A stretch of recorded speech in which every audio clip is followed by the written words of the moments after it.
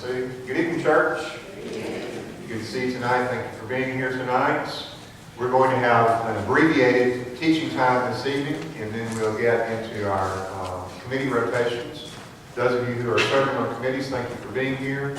Travis will be out in just a few moments to give us some instruction on that.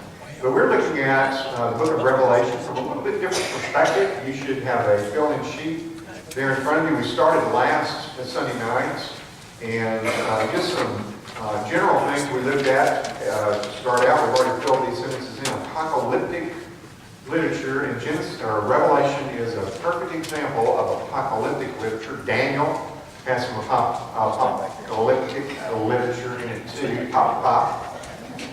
It's difficult to interpret and to say both at the same time. And so we should be humble, but not confused. Now, the Bible is not there to confuse us, but we do have to be humble sometimes in our interpretations. Then secondly, we said that prophecy itself, and apocalyptic is a subgenre of prophecy. Prophecy is sometimes clear only after its fulfillment or during its fulfillment. And so that's another reason that we should be humble. But in the sentence I said, so we should be patient, but not skeptical. We should not be skeptical that the book of Revelation will be fulfilled. We may not understand how in some instances, but it will. And if we're alive when it happens, then we will understand at that point. And then finally, I said perhaps we're asking the wrong questions. And the whole premise of this Bible study, and something that I've begun to notice over the years in studying this fascinating book, is that the book itself has its own built-in questions and answers. In fact, there are 10 questions in the book of Revelation stated quite clearly, and they're all answers. And so rather than taking our questions and forcing the book to answer them if it doesn't want to, wondering why it doesn't work, it seems to me that it would be easier to go and look for the questions that are there and the answers that are given. Now, we looked at the first question in the book of Revelation last Sunday night. It comes in chapter 5 in verse 2. And John, who is the writer of the book of Revelation, the Apostle John, one of the original 12 disciples of Jesus, he has a vision of heaven in chapters 4 and 5, and he sees that in God's hand, the one who's sitting on the throne, there is a scroll or a book. It has 7 seals on it, and he knows that that book or that scroll is important, and he's weeping because nobody is found to open it. And the question is in chapter 5, verse 2, and I saw a mighty angel crying out in a loud voice, who is worthy to open the book and to loose its seals? And we looked at the answer last time. It's just a few verses later. Many of the questions asked in the book of Revelation are answered very quickly. Some are not answered until later in the book. The answer to this one is in chapter 5, verse 5, just 2 or 3 verses later.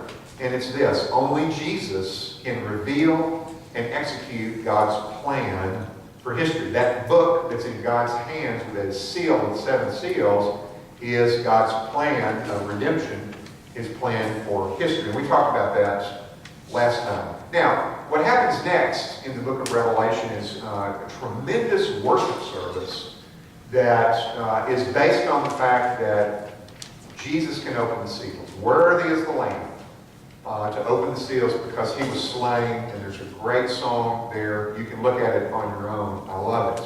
But when we get to chapter 6, Jesus begins to open the seals. And as He does, each seal unleashes a judgment on earth. And John gives us a little short description. The first 4 seals might be some of the best known material in the book of Revelation among both church people and people who don't go to church. They are the 4 horsemen of the apocalypse. And they have found their way into movies and all kinds of different parts of pop culture. But as He opens those seals, the first one is a white horse that goes out conquering. The second one is a fiery red horse, and he takes peace from the earth. Then there's a black horse with a pair of scales, and the economic systems of the world crash. And then there's a pale horse named Death, and Hades is following close after him. There's a series here in these 4 horsemen that repeats itself throughout history. when there's a conqueror that goes out, he takes away peace from the earth, and then economic systems collapse, there's disease, and a lot of death. But this seems to be talking about a cycle at the end of time that's even worse than any of those that have happened prior to it. Now, when he opens the fifth seal, after the four horsemen of the apocalypse, it says that the souls under the altar that were slain for the testimony of God's words cry out with a question, and they give us our second question.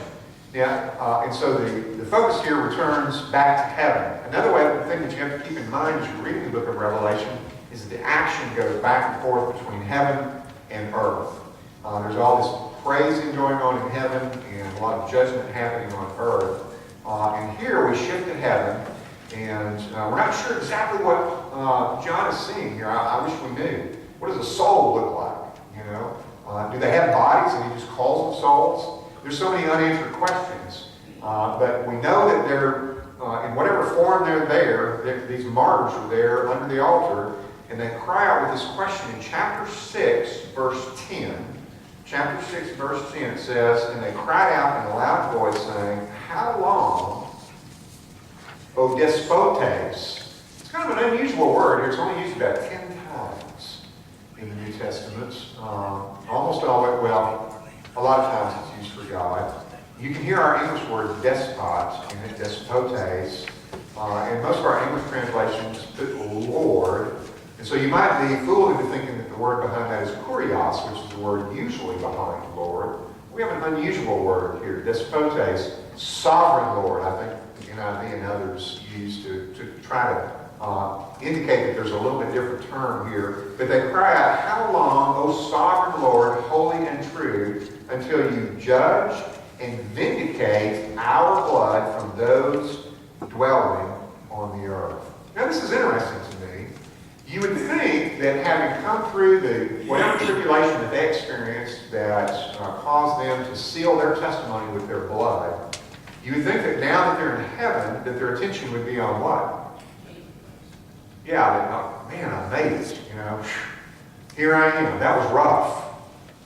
That was pretty difficult, but it was worth it. It was worth it. I'm glad I held on to my testimony and sealed my testimony with my blood. Here I am in heaven. But they had this concern. And their concern is really for what? Justice. Vindication.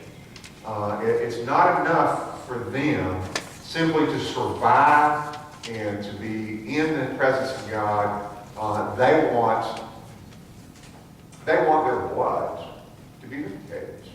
And they want to be vindicated, and they want people to know that they died for a reason. Now, this isn't hard to believe. Life to us is so precious. And you see over and over again, families, for instance, when they lose a beloved family member, it's so hard to process and to deal with that loss. A lot of times the way that families do that is they want that death to have some meaning to it. So, for instance, if somebody dies of a particular disease, they become crusaders to wipe out that disease in the name of their lost family member. And so this is a very human response. We see life as precious, and when life is taken unnecessarily, we want to know that there's a reason for it. We want to know that it meant something, that person spilled their blood for some purpose, that some higher purpose. And so they want vindication here, and they're given this answer in verse 11.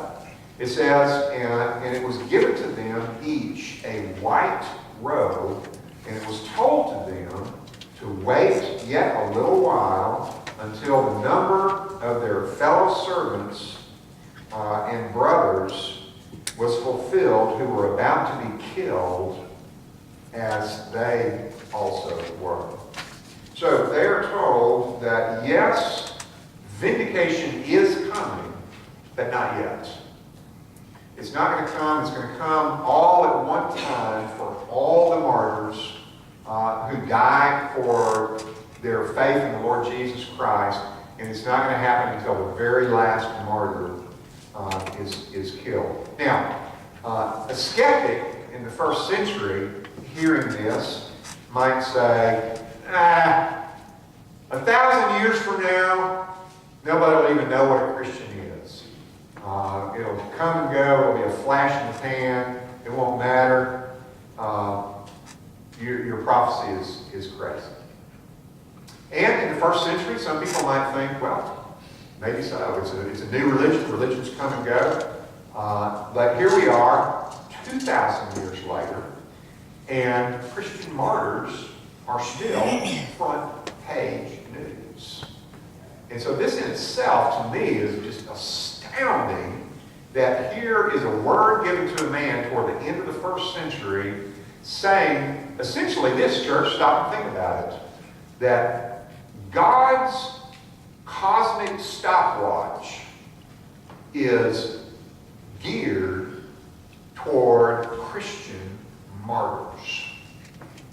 God is watching from heaven for those who are sealing with their blood their testimony and their faith in the Lord Jesus Christ, and He knows who that last martyr will be. And when that happens, when that moment comes, that the last person has given their life for their faith and their testimony, then God is going to act with the final vindication for all of the blood that was spilled. So number two, the answer to number two is this on your outline.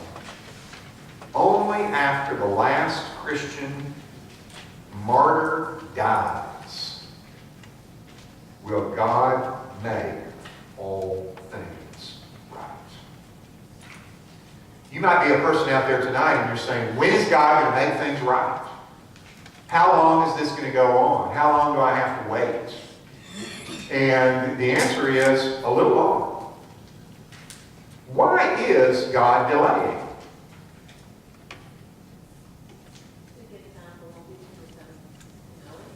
So that more people will repent and come to know Him. And that itself is good to know for those who are suffering for their faith, that their suffering means something. That God is leaving that door open. It's like the ark, Noah's ark, sitting there with the door open. The door hasn't been closed yet. And the delay is costly. In Noah's day, the Bible says that humanity was filled with violence. And every day, every week, every year that God waited to send the flood and stop all of that, people were being abused, people were being murdered, whatever was going on earth, it continued. And people, anyone like Noah who was watching that and whose spirit was damaged really by seeing all of this lawlessness, would cry out. At some point you cry out and say, God, how long are you going to let this go on? And why? Why would you continue to let this go on? And his answer is, not much longer, don't worry, it'll come to a stop. I have a reason for my delay. And the reason is so that more will repent. But look what happens. The next question is in verse 16. Now, the Lamb opens the sixth seal, and there's a great earthquake. The sun turns black, the moon turns red, the stars fall from the sky to the earth. The sky recedes. Every mountain and island is moved. Well, I don't know what all that means, but it sounds bad. You know, some people think that it's just symbolic for political upheaval. Possibly. Again, we've got to be humble when it comes to apocalyptic literature. My nature is to kind of take things literally. And so I see this as some cataclysm in nature. But we'll see when we get there. Anyway, something really intense happens, and all the kings and the princes and the generals and the rich and the mighty and the slaves and the free men, in other words, all the people on earth, no matter who they are, they hide themselves in the caves and among the rocks of the mountains. And in verse 16 of chapter 6 it says, they say to the mountains and to the rocks, fall on us and hide us from the face of the one sitting on the throne. And who is that? That's God, God the Father, the one sitting on the throne, and from the wrath of the Lamb. Now that's interesting. We would expect the wrath to come from whom? from God, and then the Lamb, you know, it's good cop, bad cop for some people with God. You know, the Old Testament God is the bad guy, and Jesus is the good guy. Of course, that's not what the Bible represents. Here's a verse